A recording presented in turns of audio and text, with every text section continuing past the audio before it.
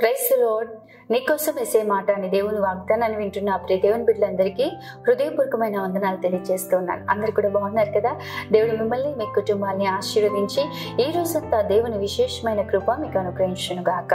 ఈ రోజు దేవుడు మనకు అనుగ్రహిస్తున్న వాగ్దానము యెహోషువ గ్రంథం 3వ అధ్యాయము 7వ వచనము. వారి కన్నుల ఎదుట నేను గొప్ప చేయ మొదలు పెట్టేదను. ఆమె ఒకసారి బిగ్గరగా ఆమెన్ అని చెప్పండి ప్రియ దేవుని బిడ్డ.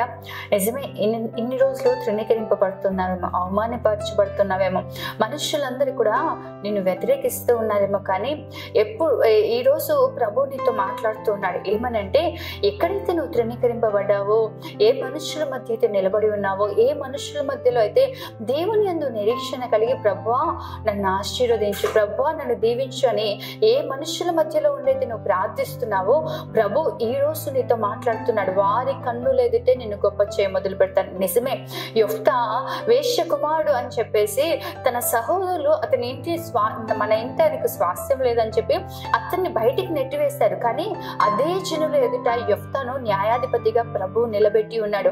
ఈ రోజు ప్రభు నీతో వాగ్దానం చేస్తున్నాడు ప్రియ దేవుని బిడ్డ.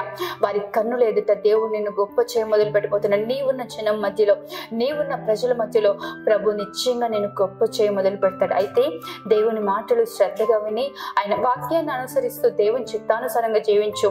ఈరోజు ఎంత తృణీకరింపబడుతున్నా, ఎంత నిందింపబడుతున్నా, ఎంత అవమానింపబడుతున్నా, దేవుని మాటలు పట్టుకొని ముందు కొనసాగింపబడు. దావీదు గొలియాతుతో యుద్ధం చేస్తా అన్నప్పుడు కూడా తన సహోదరులు అంటా ఉంటారు, నీ హృదయ చెడుతనం నాకు తెలుసు, నీ హృదయపు తలంపులు నాకు తెలుసు, నువ్వు ఇక్కడ నుంచి వెళ్ళిపో అంటా ఉంటే కూడా దావీదు అక్కడి నుండి తప్పుకొని మరలా అలాగే మాట్లాడుతూ ఉంటాడు.